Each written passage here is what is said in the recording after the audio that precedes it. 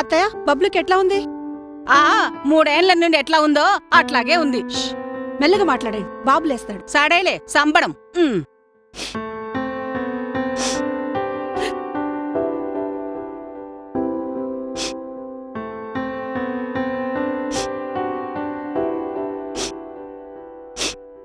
తెల్లారక ముందే పనిలోకి పోతావు. కడుపు మాడిపోతున్నా అడిగే దిక్కేలేరు. ఇప్పటికైనా ఏమైనా పెడతావా? ఆకలితో చావమంటావా? నువ్వు నీ రోగిష్టి కొడుకు సుఖంగా ఉండండి. రాజభోగాలు అనుభవించిన దాన్ని ఉన్నదంతా వాడి రోగానికే సరిపోయింది.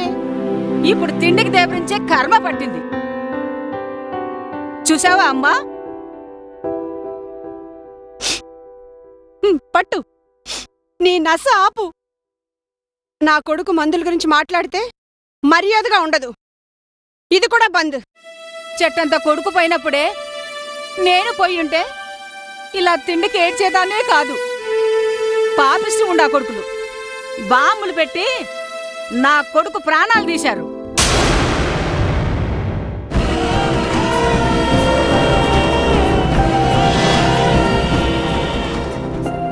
ఓహ్, ప్రకృతి కాంత పచ్చని పైట వేసుకున్నట్టుందే. అబ్బో, అయ్యగారు చాలా రొమాంటిక్ మూడ్ లోకి వచ్చినట్టుందే. ఏమండి, ఏమండి, బబ్లు, బబ్లు, అయ్యో, ఎవరైనా హెల్ప్ చేయండి. ప్లీజ్, దేవుడా, దేవుడా. ఏమైంది? లూంబిని పార్క్ బాంబ్ బ్లాస్ట్ లో ఘోరం జరిగిపోయింది సార్.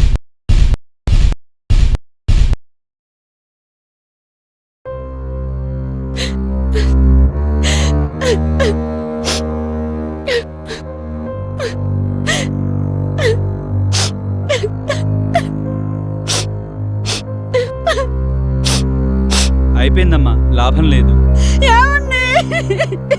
ఈయన లేరు, కొడుకు హాస్పిటల్లో ఉన్నాడు.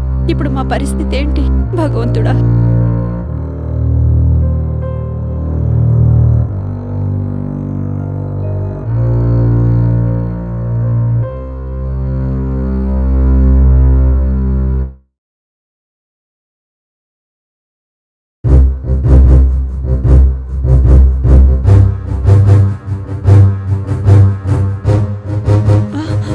వామ్మో, ఒళ్ళు కాలిపోతోంది.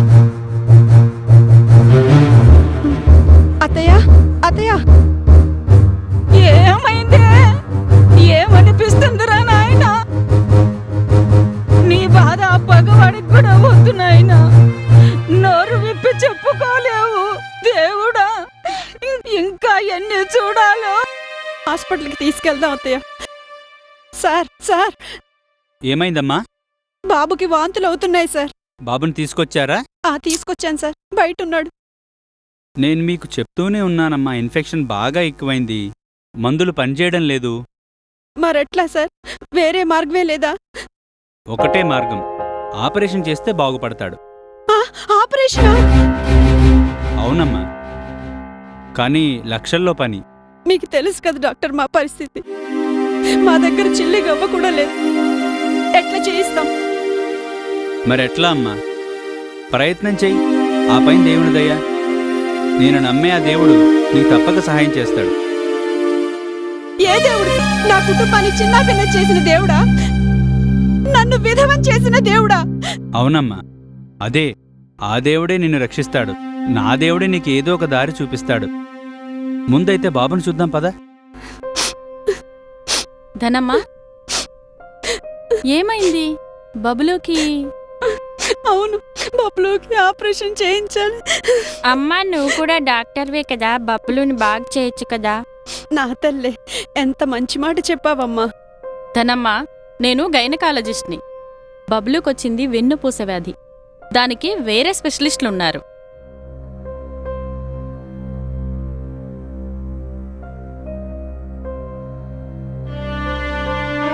మరెట్లా అమ్మా?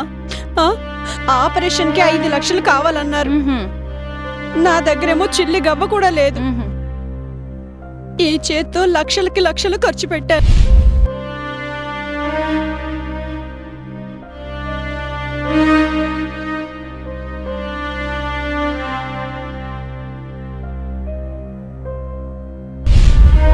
మిగిలిన ఒక్కగానొక్క కొడుకుని కాపాడుకోలేకపోతున్నాను.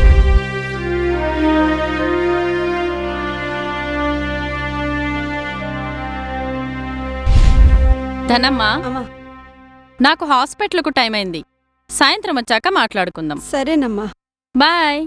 స్కూల్లో జాగ్రత్త.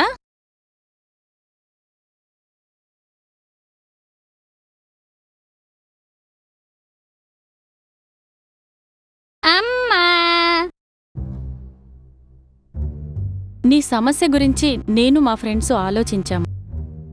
ఇంత తక్కువ టైంలో అంత డబ్బంటే చాలా కష్టం. ప్రభుత్వం నుండి కూడా ఏం లాభం లేదు. అంతా నా కర్మ అమ్మా. వాడికేమైనా అయితే నేను కూడా బతకలేను. అట్లా అనొద్దు ధనమ్మా. ఒక మార్గం ఉంది. ఏంటమ్మా? కానీ నా కొడుకు కోసం ఏమైనా చేస్తానమ్మా. మీకు జీవితాంతం సేవ తప్పు చేస్తానమ్మా. ధనమ్మా. అలా తప్పు. అది కాదు. అది కాదు ధనమ్మా. అది చెప్పండమ్మా. నా ప్రాణం ఇచ్చైనా సరే నా కొడుకు ప్రాణం నిలబెట్టుకుంటాను. నువ్వు చెయ్యాల్సింది ఉమ్, ప్రాణం తీసుకోవడం కాదు, ఒక జీవికి ప్రాణం పోయడం. ఉమ్, ఇలా కూర్చో, నిదానంగా విను. సరేనమ్మా. మాకు తెలిసిన ఒక దంపతులున్నారు. ఉమ్, ఆమెకు గర్భకోశంలో సమస్య ఉంది. ఉమ్, వాళ్ళకేమో పిల్లలు కావడం లేదు. ఉమ్, వాళ్ళకేమో రక్తం పంచుకు పుట్టిన పిల్లలు కావాలని ఉంది. ఉమ్. ఎవరైనా వాళ్ళకి పిల్లల్ని కనిస్తే వాళ్ళు డబ్బులిస్తారు. అంటే నేనేం చేయాలమ్మా? అంటే ఆమె అండాన్ని భర్త శుక్రకణాలతో ల్యాబ్లో కలుపుతారు. పిండం తయారవుతుంది. పిండాన్ని ఎవరైనా తమ కడుపులో దాచుకొని నెలలు నిండాక సంతానాన్ని కనివ్వాలి. నేనా? అంటే నేను ఈ వయసులో విధవనయుండి? చిచే! నీ కూతురులాంటి దాన్ని. నేను చెబుతున్నానుగా, ఇదేం తప్పు కాదు ధనమ్మా. ఉమ్. నీ కొడుకు కోసం నువ్వు తాపత్రయపడుతున్నావు. ఉమ్, వాళ్ల కన్నబిడ్డ కోసం వాళ్ళు అల్లాడుతున్నారు. నీకు డబ్బులు కావాలి, ఉమ్, వాళ్ళు డబ్బులిస్తారు. నీ వంశం వాళ్ల వంశం రెండూ నిలుస్తాయి. ఉమ్. ఆలోచించుకో. ఉమ్, తొందరేం లేదు. కాని ఒక్క విషయం, ఉమ్. ఈ పని పాపమేం కాదు, పవిత్రమైంది. ఒక తల్లి మాత్రమే చేయగలిగిన అపూర్వమైన త్యాగం. ఏమోనమ్మా, ఏమో. చిచి, నీకు ఇదేం పోయే కాలమే? మన ఇంటా వంట లేదు. అయ్యో అయ్యో, ఇది వ్యభిచారం కన్నా హీనమైన పనే. ఏమో కావచ్చేమో. ఒకవేళ వ్యభిచారం వల్ల ఒక్క రోజులో 5 లక్షలు వస్తాయంటే, ఆ పని వల్ల నా కొడుకు ప్రాణాలు నిలుస్తాయంటే నేను దానికి కూడా సిద్ధమే. నా కొడుకే బతికుంటే దీని మాటలకు దీన్ని నరికి ఇక్కడే పోగులు పెట్టేసేవాడు. నీ కొడుకే బతికుంటే నాకు ఈ కర్మే పట్టేది కాదు. ఒకవేళ బతికున్నా ఆయన కొడుకు కోసం నేను చేస్తున్న పనిని చూసి నెత్తిన పెట్టుకుని పూజించేవాడు. ఆయన నేను పడుపువృత్తి చేసి కడుపు తెచ్చుకోవట్లేదు. కడుపు తీపి కోసం గడప దాటుతున్నాను. నీ అనుమతి కోరటం లేదు. విషయం చెప్తున్నాను అంతే. మేడం, నేను రెడీ. మరి బాగా ఆలోచించుకున్నారా? ఆలోచించేదేం లేదమ్మా. మా అత్త కూడా. ఉహుం. మా అమ్మ డ్రెస్ వేసుకున్నావేంటి ధనమ్మా? ఏం లేదమ్మా. మనం వెళ్ళొద్దాం పదద్దనమ్మా. ఉమ్.